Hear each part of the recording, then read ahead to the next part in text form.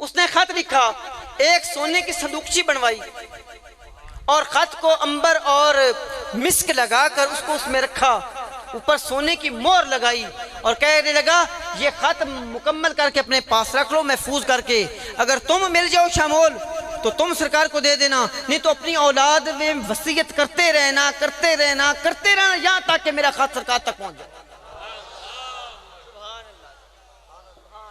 दो जी सरकार तशरीफ ले आए, मस्जिद मकाम कुबा पर तशरीफ फरमा हो गए। खत का मजमून क्या था जो उसने खत लिखा था?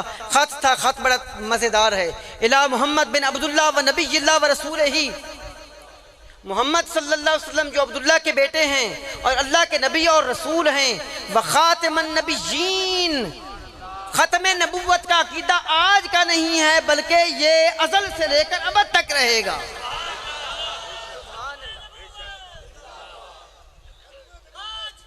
खत्म नबुव्वत पढ़ लीजिए आप ही, ताजदार खत्म नबुव्वत जिंदाबाद, ताजदार खत्म नबुव्वत जिंदाबाद, ताजदार खत्म नबुव्वत जिंदाबाद। हाँ, इला मोहम्मद बिन अब्दुल्लाह व नबीय्यिल्लाह व रसूल, या मैं मुख्तसर करता चलता हूँ, व रसूल व खातमुन नबिय्यीन, और जो नबियों की खातिम हैं मोर हैं उन तरफ, मिन तुब्बा अल अव्वल अल हुमैरी, तुब्बा अव्वल जो है हुमैरी उसकी तरफ से खत। आगे लिखता है अम्मा बाद, इसके बाद फ़इन्नी आमनतु बिका, मैं आप पर ईमान ले आया, व किताबों का, और आपकी किताब पर ईमान ले आया, अल्लज़ी उनज़िला अलैका, जो आप पर नाज़िल की गई है उस किताब पर ईमान ले आया, व आना अला दीने का, और आपके दीन पर ईमान ले आया, व सुन्नत का, और आपकी सुन्नत पर ईमान ले आया। अल्लाह, जरा चीजें गिनते जाइए बरीक बीनी के साथ। व आमनतु बिरब्बिका, और मैं आपके रब पर ईमान ले आया, व बिकुल्ले मा जाअ मिन रब्बिका, और आप अपने रब की तरफ से जो हुक्म भी लाए हर हुक्म पर ईमान ले आया, व मिन शराइइल इस्लाम, मैं इस्लाम की तमाम कवानीन पर ईमान ले आया, मैं इस्लाम के तमाम कवानीन पर ईमान ले आया, वल इस्लाम, और इस्लाम पर ईमान ले आया। फ़इन अदरक्तु का फबिहा, अगर मैंने आपको पा लिया तो क्या बात है, फ़इन अदरक्तु का फबिहा, अगर मैंने आपको पा लिया तो फिर क्या बात है मेरे मुकद्दर, व इल्ला फशफा ली, अगर मैं ना पा सकूं, फशफा ली वला तनसा यौमल क़ियामा, तो फिर मेरी शफाअत जरूर कर दीजिएगा और उस दिन मुझे भूलिएगा नहीं। या रसूल अल्लाह, मेरी शफाअत जरूर कर दीजिएगा और उस दिन मुझे भूलिएगा नहीं, क्योंकि मैं फ़इन्नी मिन उम्मते का, क्योंकि मैं आपकी उम्मत में से अदना गुलामों में से एक गुलाम हूँ। और उसने कहा, ये तो मेरे अल्फाज थे, उसने कहा फ़इन्नी मिन उम्मते कल अव्वलीन, मैं आपकी अव्वलीन उम्मत का पहला फर्द हूँ।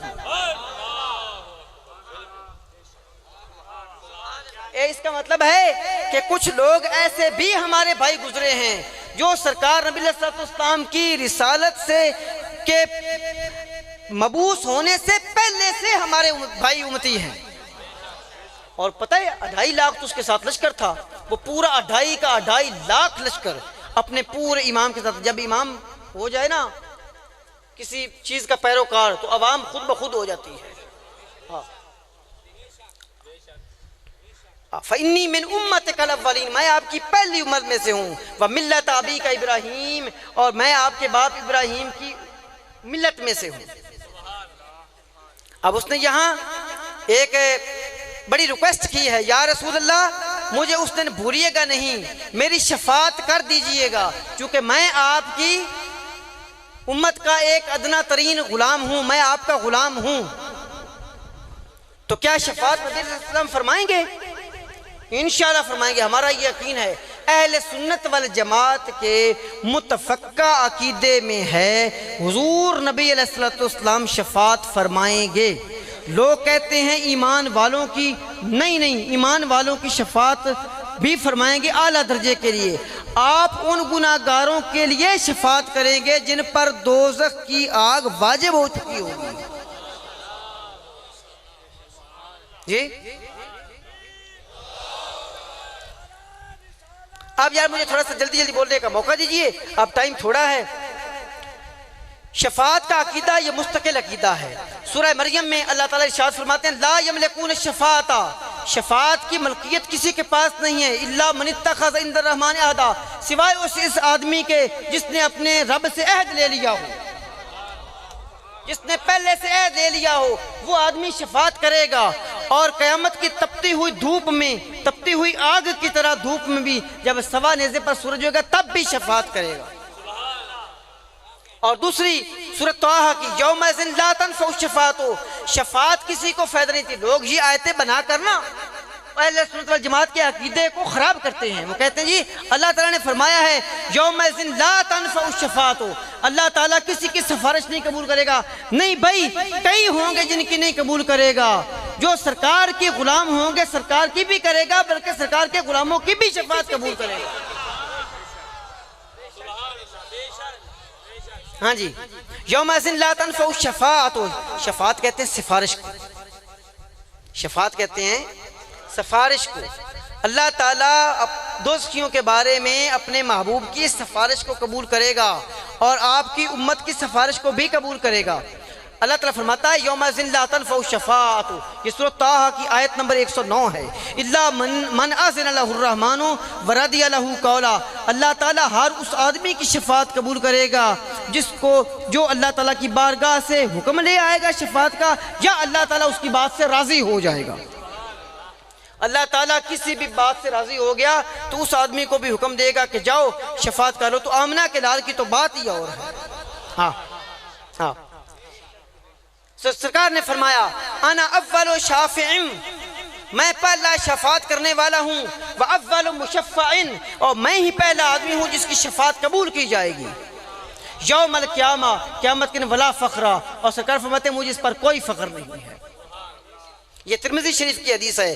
अल्लाह ताला कुरान मजीद में फरमाता है असा अय्यबासक रब्बुका मकाम महमूदा, अन करीब महबूब हम आपको मकाम महमूद अता फरमाएंगे। सहाबा ने अर्ज़ किया या रसूल अल्लाह मा हिया मकाम महमूद, मकाम महमूद क्या है? तो अल्लाह ताला ने हुज़ूर नबी सल्लल्लाहु अलैहि वसल्लम ने फरमाया ये शफ़ाअत है, ये शफ़ाअत, शफ़ाअत जो है यही मेरा मकाम महमूद है। ये बुखारी और तिरमिज़ी की मुत्तफ़क़ अलैह हदीस है। और सरकार ने फरमाएंगे शफात कब तक अल्लाह करेगा? वाला सौफ युतीका रब्बुका फतरदा, महबूब जब तक तू राजी नहीं होगा हम तुझे राजी करने की कोशिश करते रहेंगे। जी अल्लाह अकबर।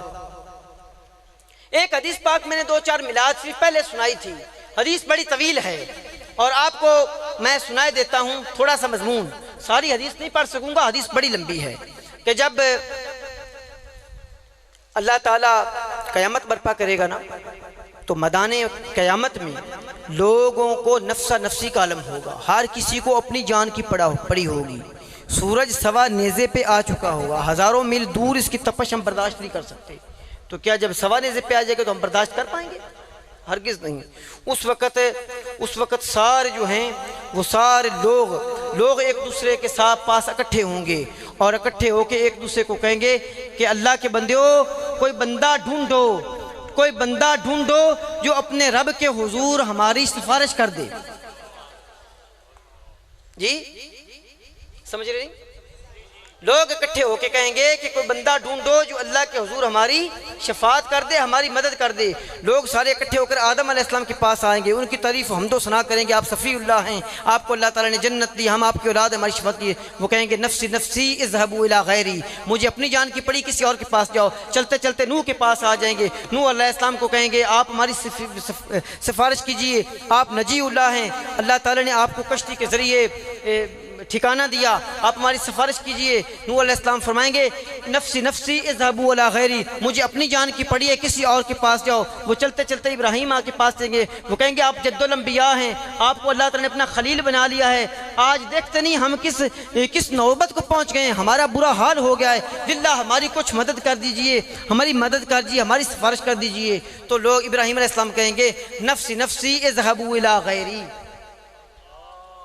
नफ्स नफ्सी इज़हबू इला गैरी, मैं नहीं करता, किसी और के पास जाओ। चलते चलते लोग मूसा के पास आ जाएंगे, आप कलीमुल्लाह हैं, आप अल्लाह के लाडले नबी हैं, अल्लाह ताला ने आप पर इनामात की बारिश की, आप हमारी सिफारिश कर दीजिए। मूसा कहेंगे, हालांकि मूसा वो आदमी हैं जो एक बात पर डट जाते हैं और मना के छोड़ते हैं।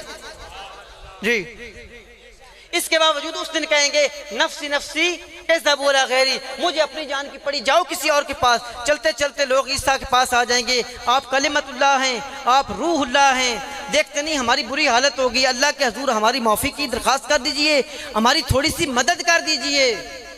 ओ भाई, अल्लाह को छोड़कर अल्लाह के बंदों से लोग मदद उस वक्त मांग रहे हैं और अल्लाह अपने सामने देख रहा है और बंदे शिरक कर रहे हैं। अल्लाह अकबर। हाँ जी, नारे तकबीर।